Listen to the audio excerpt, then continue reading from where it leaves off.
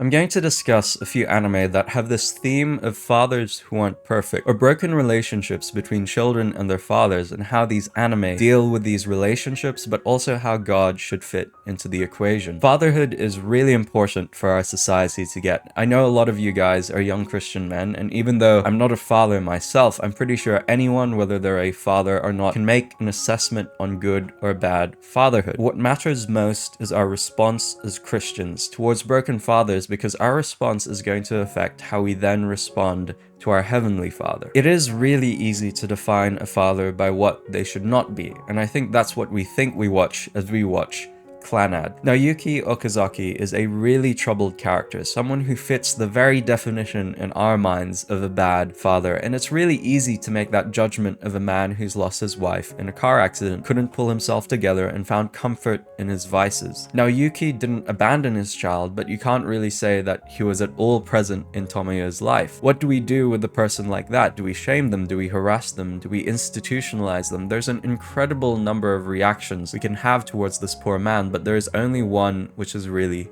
proper. We'll come back to Clannad later in the video because I want to look at The Boy and the Beast, where the definition of fatherhood itself becomes mushy. We're met with a young boy, Ren, who after his parents separate and mother dies in an accident, the weight of trauma causes him to run away from home. Then Ren somehow finds himself isekai'd into a place called Shibuten, where he's forced to rely upon this bear, Kumatetsu, who wants Ren to become his apprentice, and after some serious negotiation, Ren complies and he grows up just training with this guy who isn't even a member of his species. It's cute because it's not only a relationship of teacher and student, but because of Ren's unique situation, it's as if it were a relationship between father and son. Then, after time passes and this kid grows up, he somehow finds his way back into the human world and through a series of events ends meeting back up with his biological father. Again, similarly to Clannad, we're met with such interesting circumstances because in both cases, the father and the son are affected by events which are completely out of their control. How do we even feel towards these fathers who haven't really done much for their sons, who have been largely absent in their lives? Do we desire for them to continue living together? In The Boy and the Beast, one could even suggest that Kumatetsu was way more of a father than Ren's biological father could ever have been, because he played that role in this child's life.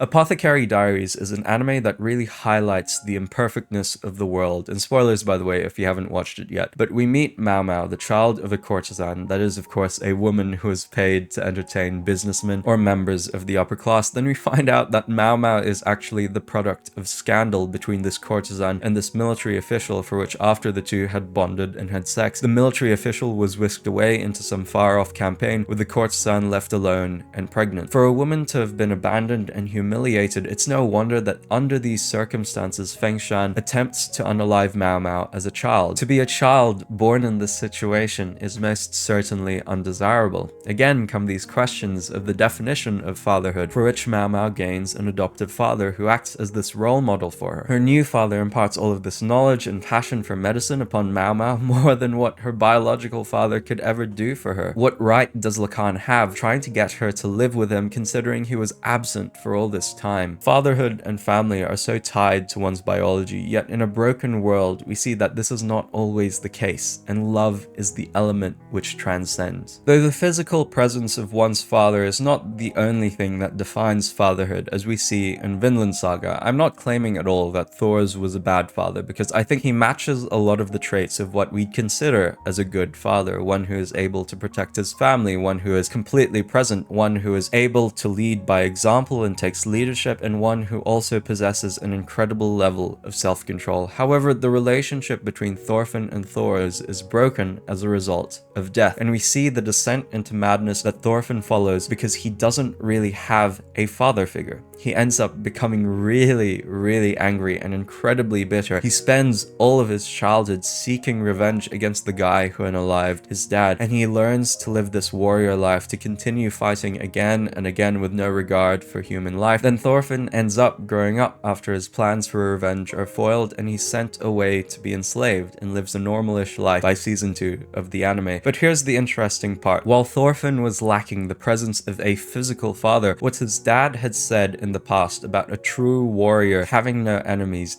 these values which were preached by Thors is what Thorfinn ends up embodying by the end of the anime. Hence why good fatherhood actually transcends the grave, and good fatherhood leaves a legacy. Now, just to summarize what I've just yapped about, we've looked at various anime of different stories of broken fathers, in the last case of a father who ends up separated from his child, and that the world isn't perfect, and that there are going to be a lot of people out there who may, and I wouldn't be surprised, that have similar stories to the ones we've discussed, of people whose fathers are controlled by vice, or those fathers who are absent, or of children who are born as a result of improper sexual relations, or of children who've lost their fathers through death. Though we also learn in this brokenness that fatherhood can actually transcend biology and life. However, I come back to that question of how do we respond to broken fathers, and spoilers by the way, as I'm about to reveal the resolutions to each of these anime that I've talked about today. It's an incredibly difficult response because I so want to say to every single one of these guys that they each